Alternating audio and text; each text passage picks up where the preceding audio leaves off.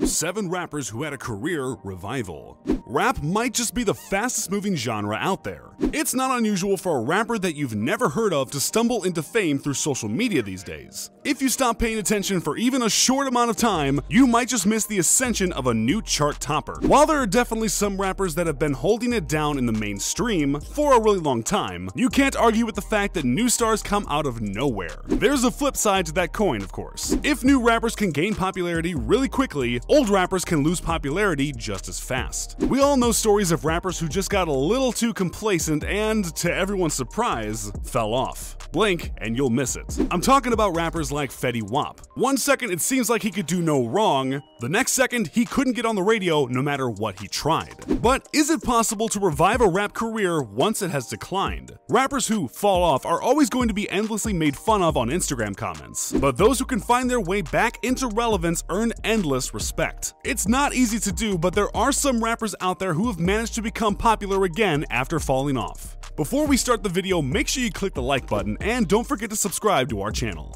Now, here are 7 rappers who have had a career revival. Number 7, Rick Ross. At this point, it sort of just feels like Rick Ross is always going to be around. The Florida representing rapper is a major staple of rap. He has a ton of hits under his belt, and he's friends with artists that he can always call up if he wants to get a guaranteed shot at another. Like Drake, for instance. His debut single was all the way back in 2006, but he's still doing well 15 years later. His latest album debuted at number 2. Not bad. But things didn't always seem so solid for Ross. There was actually a point where the future of his career was a bit uncertain. After a nice start in the music business, a major roadblock appeared when an online blog published a report on Ross's past. It turned out that the backstory he was telling in his songs wasn't exactly accurate. The blog said that Rick Ross had previously served as a corrections officer in South Florida, and that he had stolen his rap persona from a famous drug dealer named Freeway Rick Ross. A rapper having their credibility questioned like this is never good. Ross played it cool though. Rather than trying to salvage his image, he mostly just ignored the allegations. He continued making music and slowly won back the fan base that had fled after learning about his past. He survived a potentially career-ending rumor by simply releasing good music. There are some people out there that could just take notes on that. Number 6, Soulja Boy. Soulja Boy may only be 30 right now, but he's been in the game for almost 15 years. He was only 17 when he released the iconic Crank That. Talk about a good start. He's earned millions of dollars off that track alone. He dropped a few hits in the years that followed, most notably Kiss Me Through the Phone in 2008 and Pretty Boy Swag in 2010. After that, well, to be honest, his chart performance after 2010 is literally non-existent. No, I'm not exaggerating. So how did Soulja Boy make a career comeback if his music isn't making waves? Always an innovator, Soulja realized that he didn't need to drop hits if he wanted to be famous. After spending a few years without any attention, Soulja jumped back into social media with a vengeance. He claimed that he had invented pretty much every trend you can think of. There is some truth to this. He beefed with everyone under the sun. He released questionable technology.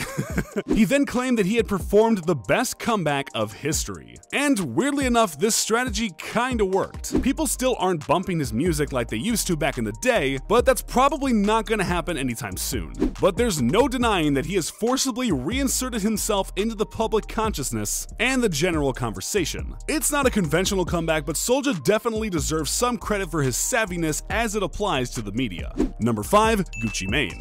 Gucci Mane has to be one of the most interesting rappers to ever live. I feel like I could write a book about this guy, but then again, I don't need to. He already wrote an autobiography, and it became a New York Times bestseller. His career is one that goes beyond just rap, but his musical side of his career is definitely completely legendary. He's had more ups and downs than most, but he's definitely here to stay at this point. One thing that we can't ignore though is the fact that Gucci has had to really overcome some serious problems in order to keep his career going. His momentum has been totally derailed by multiple stints in prison. Those didn't matter so much in the 2000s when he was more underground, but his mainstream success was clearly in jeopardy in 2013. He was facing 20 years in prison on weapon charges in that year. Gucci ended up being sentenced to about 2 years in 2014, leaving him in jail until 2016. And if I haven't already made this clear enough with this list, 2 years is a long time in the world of rap. But when Gucci was released, it was like he never left. It helped that he released like 10 mixtapes while in prison. The hits came almost immediately.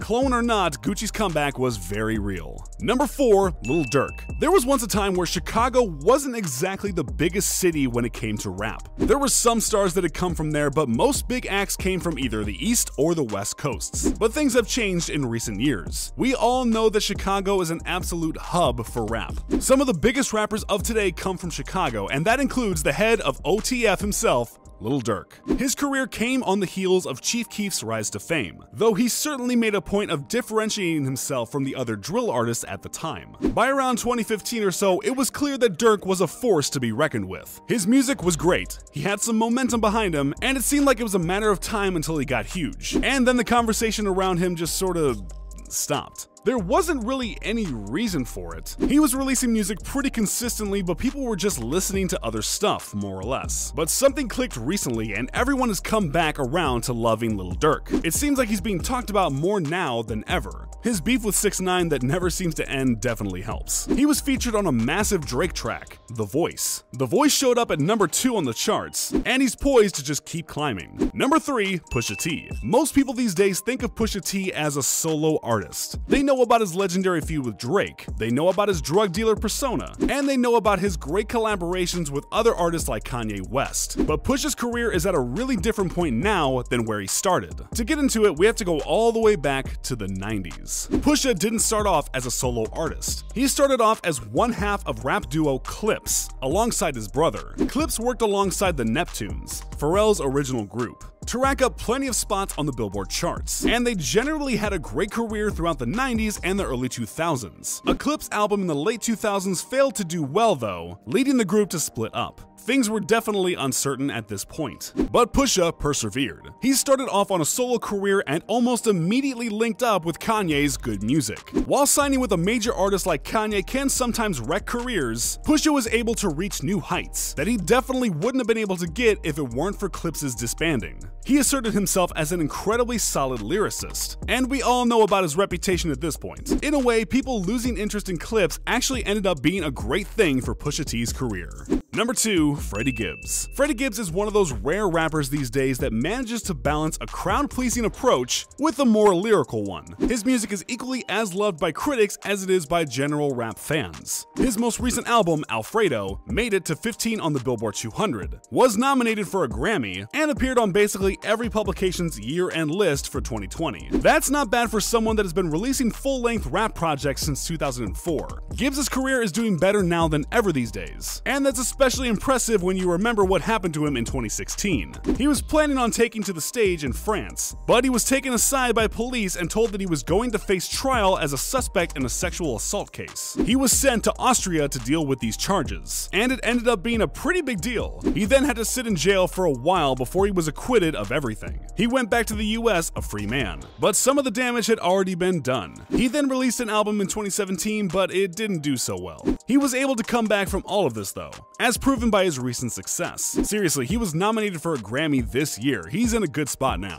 Number 1, Tyga. Tyga, the Rack City guy, right? That's what people were saying about Tyga only a few years ago. He scored a deal with Young Money way back in 2008, and 2011 saw him ascend to legitimate rap stardom. Rack City is the obvious example, but other songs like Faded, as well as a feature on Deuces and A Ladies, did really well too. Tyga arrived at the exact right time with the exact right sound, and it paid off. But not all good things last. Tyga kept dropping a few hits a year, culminating in a peak with 2015's Ayo. Then came what only can be charitably described as a bit of a dry patch. From 2015 to 2018, Tyga went on a stretch of 20 singles without hitting the charts once. He independently released an album in 2015 that did poorly, and then another in 2017 that didn't really do much better. At this point, pretty much everyone had written Tyga off. Actually, that's not really true. The reality was that he was so far removed from the zeitgeist that no one even thought to write him off. They just didn't think of him at all. But suddenly, something happened. Tyga kicked off 2018 with the chart-topping Taste with Offset, and it was like things had just gone back to normal. Since then, he's hopped on to the remix of Doja Cat's Juicy, collaborated with Megan Thee Stallion, and even dropped the track for the recent SpongeBob movie. Tyga is back, ladies and gentlemen, and what a comeback it was. So which of these rappers do you think had the best comeback? What rappers did I miss? Let me know in the comments. And before you leave, don't forget to click that like button and subscribe to our channel.